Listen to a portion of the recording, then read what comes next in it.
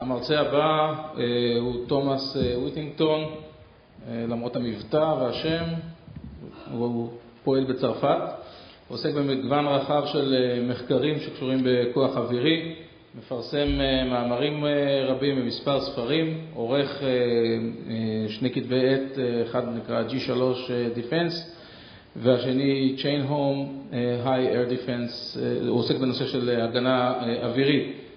הוא כתב לא מעט על פעילות מבצעית מגוונת וזכה גם לטוס באחת הגיחות של מטוסי AWACS מעל לוב.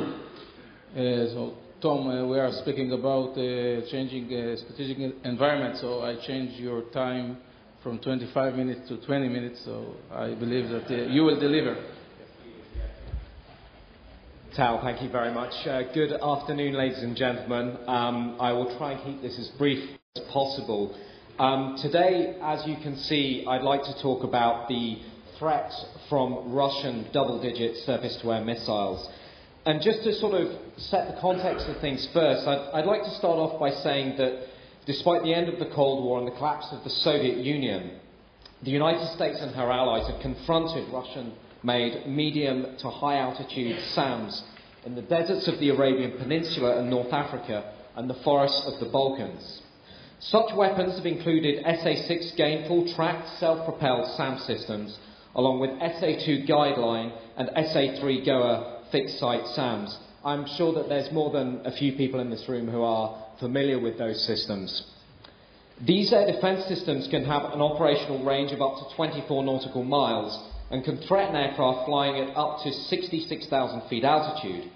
Nevertheless, while these weapons have been able to inflict losses during air campaigns over Iraq and the Balkans, the number of aircraft succumbing to them has reduced since Operation Desert Storm in 1991.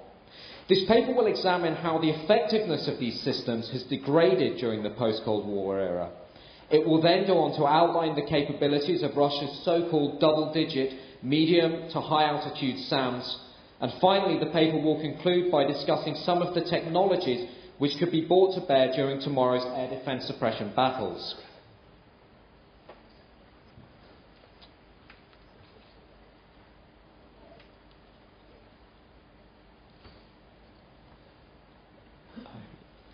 During Operation Desert Storm, the US-led coalition suffered 86 lost or damaged aircraft.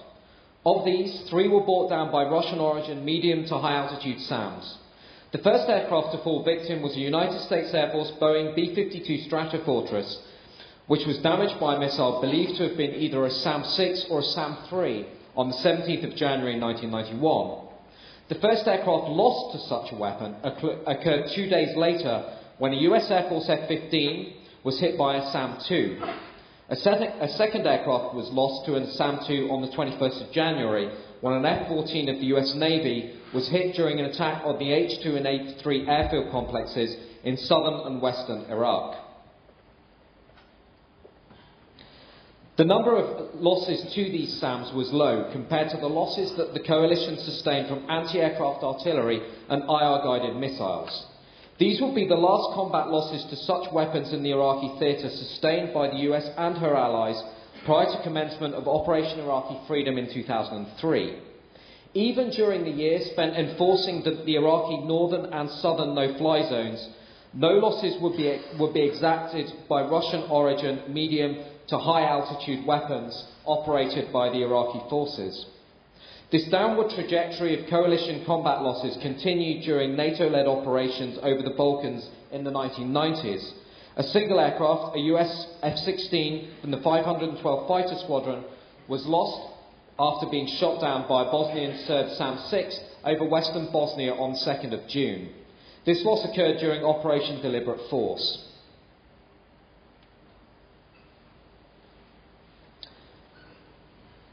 Nevertheless, during Operation Allied Force, March to June 1999, NATO air losses to such weapons did experience a slight increase. A US Air Force F-117 was lost near Belgrade on the 27th of March. Later, on 2nd of May, an F-16 from the US Air Force 31st Fighter Wing was shot down near Nice in southwest Serbia. The cause of the F-117 loss has been subject of intense debate. although it is believed that either one or several SA-3s helped to down the aircraft. Since Allied force, no aircraft have been lost to Russian origin medium to high altitude SAMs, either during Operation Iraqi Freedom and more recently during Operation Unified Protector over Libya. Why have US and Allied losses to these weapons steadily diminished? Firstly, the growing sophistication of air defence suppression and destruction tactics and weaponry have helped to steadily degrade the effectiveness of these missiles. Secondly, military aircraft have benefited from increasingly capable active and passive countermeasures. Thirdly, and perhaps of most relevance to this paper, the ground-based air defence systems which have been responsible for downing these aircraft are increasingly obsolete. The SA-2, SA-3 and SA-6 are all aged systems, having been designed in the late 1950s and early 1960s. However, they are still in widespread use, with an estimated 19 nations around the world which operate variants of the SA-2. Up to 25 countries operate the SA-3, while 23 countries use the SA-6. These are still weapons which can be counted in combat, and given their capabilities, they remain a threat.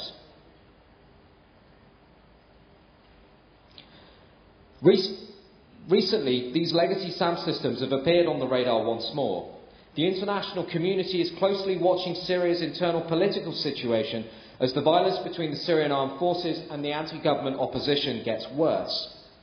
Syria is one country which still relies heavily on these legacy Soviet-designed SAMs. In terms of medium to high altitude weapons, the country's land forces operate an unknown number of SAM-6 and SAM-11 systems. Meanwhile, the Syrian Air Force is thought to possess up to 4,400 V-750 missiles, which are operated by its SAM-2 launchers. Up to 48 SAM-5 systems, plus an unknown number of SAM-3 launchers, may also be in operation. Open sources claim that the country has 37 SAM-2 installations across its territory, up to one-third which may be active at any one time. Although Syria's ground-based air defence systems are of a similar vintage to Libya's, the country may have acquired, or may be acquiring, S-300 long-range surface-to-air missiles. Reports emerged in November last year that Russian engineers have been dispatched to the country to prepare for the arrival of an undisclosed number of these systems. Other reports say that the S-300s have already been delivered to the country.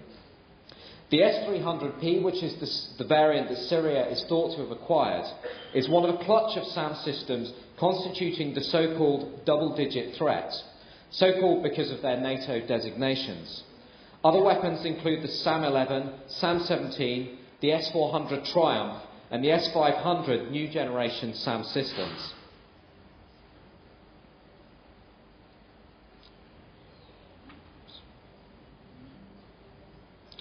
In terms of self-propelled systems, both the SAM-10 and SAM-17 have been designed as replacements for the SAM-6. These systems have yet to be encountered by the US or her allies in combat. They could represent a formidable threat, especially at medium altitude during future air campaigns. There is some information in the public domain regarding the performance of the SAM-11. During Russia's 2008 military intervention in Georgia, a 9M38 missile was fired by a Georgian SAM-11 unit, which was believed to have shot down a Russian Air Force Tupolev Tu-22 reconnaissance aircraft. A SAM-11 may also have encountered for the loss of 3 Sukhoi Su-25 ground attack aircraft. That said, there are claims that the losses of the Sukhois may have been due to an attack from a Georgian SAM-15 low to medium altitude mobile SAM system. The SAM-11 represents a step change regarding the capabilities of the erstwhile SAM-6. Unlike this legacy system, the SAM-11 was designed from the outset to engage multiple threats. Its radar can perform simultaneous target tracking and illumination. It has good resistance to countermeasures, and it is supplemented by an optronic tracker. The latter can be used for target acquisition and tracking, enabling the operators to reduce their reliance on radar and thus their chances of being hit by an anti-radiation missile. Moreover, it is said to possess improved countermeasures discriminations, while the missile can engage targets performing aggressive manoeuvres of up to 12 G. So-called scoot and shoot tactics have been built into the SAM-11 and the SAM-17, allowing them to relocate 5 minutes after launching their missiles. The baseline SAM-11 is optimised to engage an F-15 or cruise missile-sized target at up to 16 nautical miles. While the SAM-11 could represent a clear and present threat to legacy combat aircraft during any future conflict, as illustrated by its destruction of the Tu-22, whether today's and tomorrow's 4.5 and 5th generation warplanes would be vulnerable to such a weapon remains to be seen, particularly because of their sophisticated active and passive countermeasures.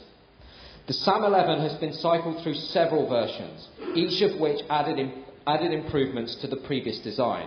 For example, the baseline SAM-11 was said to suffer poor performance against theatre ballistic missiles, anti-radiation and cruise missiles, and hovering helicopters. These deficiencies were addressed by the development of the 9K-37M1. This is the Russian designation of the system, though for the convenience of this talk I will put this under the SAM-11 umbrella, one of the family members of the SAM-11. And this particular system has been widely exported. The 9K-37M1 debuted in the early 1980s and was further improved by the 9K-37M12, which became available in the early 1990s. This system could engage all of the 9K-37M1's targets, plus precision air-to-ground weapons and even ground targets. The SAM-11 design reached its zenith with the SAM-17. We've got a picture of a SAM-17 here. It's the latest track version of the system. This system doubles the number of SAMs that the legacy system could carry from 4 to 8. The mechanically steered antenna of the legacy system has been replaced by a passive phased array. Of most concern is the addition of a supplemental mast-mounted phased array, which is able to provide low-altitude coverage. Both the SAM-11 and the upgraded SAM-17 successors are potentially very capable systems. Of particular concern is their ability to engage low-altitude targets, as well as medium-altitude threats, via the use of their radar. This could potentially remove a zone of comparative safety for attack helicopters or UAVs tasked with engaging the system.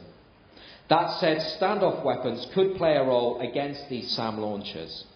The other major issue with both the SAM-11 and SAM-17 are their shoot and scoot capability. This can pose a challenge to SEAD practitioners as regards locating these systems and then attacking them in a timely fashion. It can be argued that such weapons are a major priority and will need to be a major priority in the early stage of any future SEAD battle. While the effectiveness of the SAM-11 was witnessed during Russia's conflict with Georgia, the capabilities of the S-300 system remains largely unknown. NATO has some experience of the weapon, having tested the capabilities of a Slovak Air Force S-300 PMU battery during NATO's Trial Hammer air defence suppression exercise in 2005. This provided the alliance with an opportunity to witness the effectiveness of the S-300 and to devise means by which it could be neutralised during a SEAD campaign. The S-300 family of medium to high altitude surface-to-air weapons has been developed directly as a result of the lessons learned from the use of SAM-2, SAM-3 and SAM-6 during the Cold War era conflicts in Vietnam and the Middle East, and during later air campaigns in the Gulf and over the Balkans. Because of this, it has been argued that the only aircraft capable realistically of invading the S-300 at the moment are the United States Air Force B-2A Spirit bombers and the F-22 Raptor air superiority fighters. The S-300 family includes three major variants: the S-300P, S-300F and the S-300V. Within these, several sub-variants exist within each of these separate families. For the purpose of this talk, I'm not going to talk about all of these sub-variants in detail. To do so would really merit another presentation in its own right. Instead, I'd like to give you a flavour of the dangers that these particular systems represent. The baseline S-300 version is the S-300P. Its principal design features include a surveillance radar with a low probability of intercept, which is said to be capable of detecting targets with a radar cross-section of 0.1 square metres at 300 feet altitude and up to 24 nautical miles range. However, the S-300P had a number of deficiencies. including poor performance against low-flying threats, a long set-up time, and a hot launch method which could damage the launch vehicles.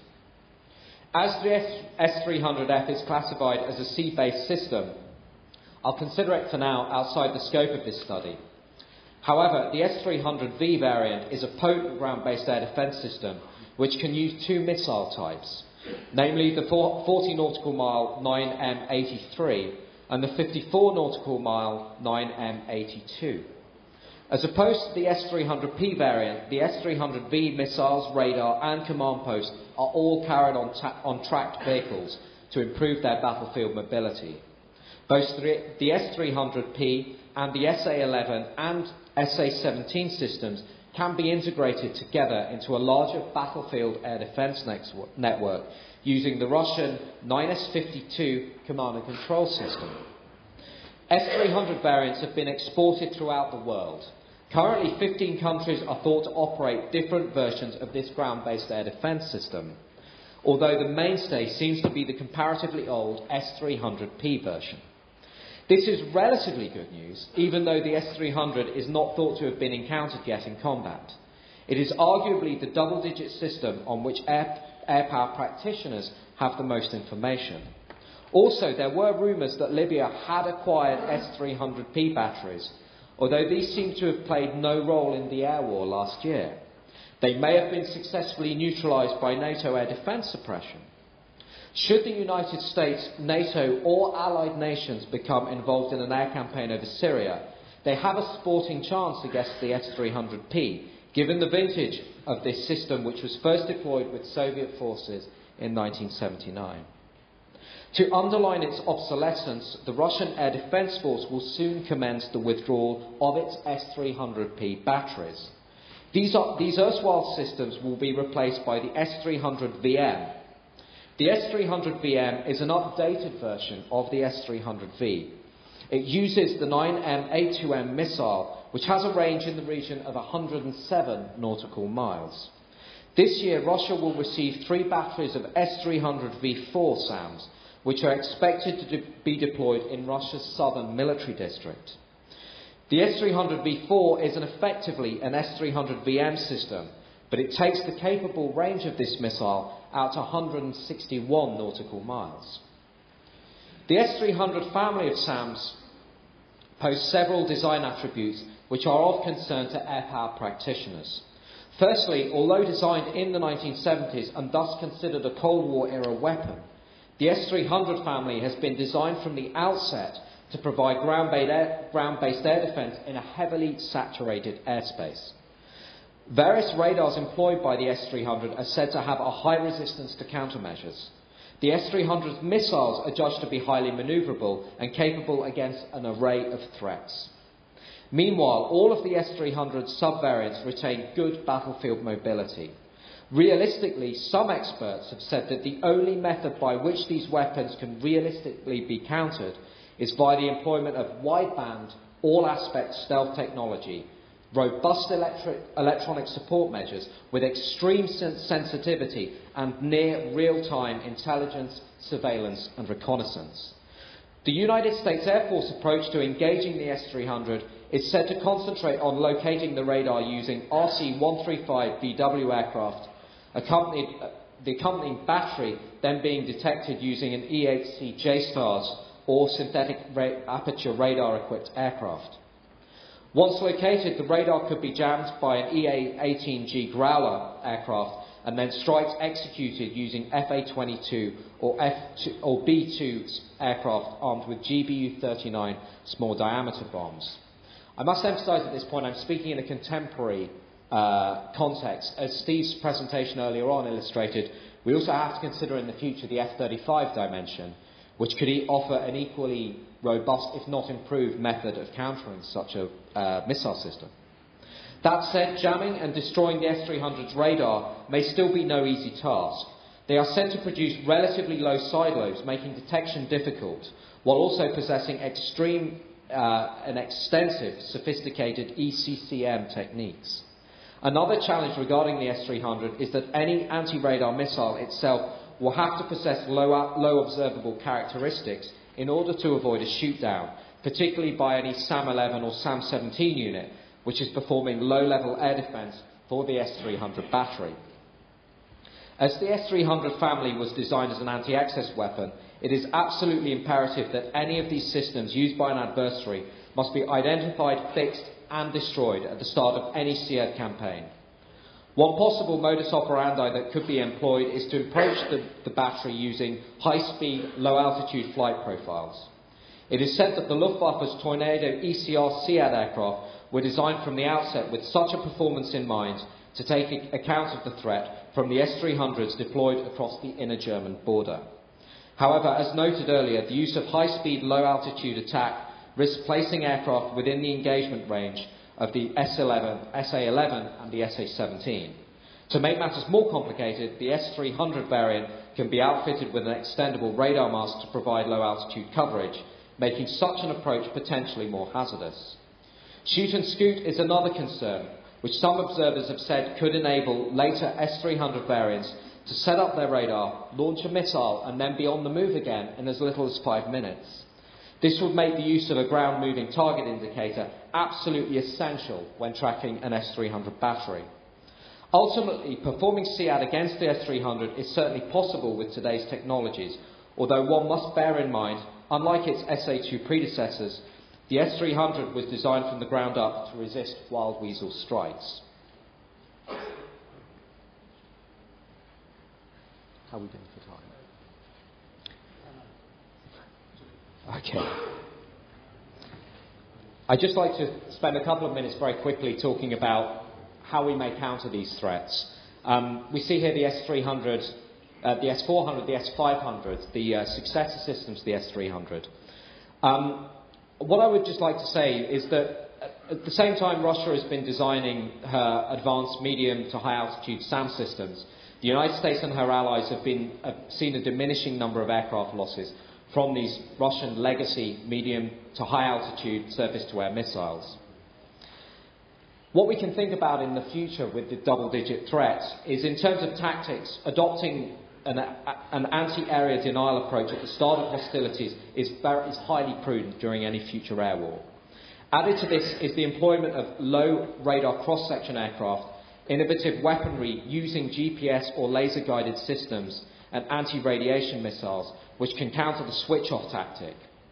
Allied to this is the utilisation of state-of-the-art jamming systems, and last by no means least, and this is extreme relevance to Israel, the use of unmanned aerial vehicles, particularly UCAVs, and they offer significant promise in tomorrow's SEAD double-digit air battles. I'm aware of time, so I'll call it a day there. Do we have any questions at all? No? We can talk it as... Okay, that's great. Thanks. Thank you all very much.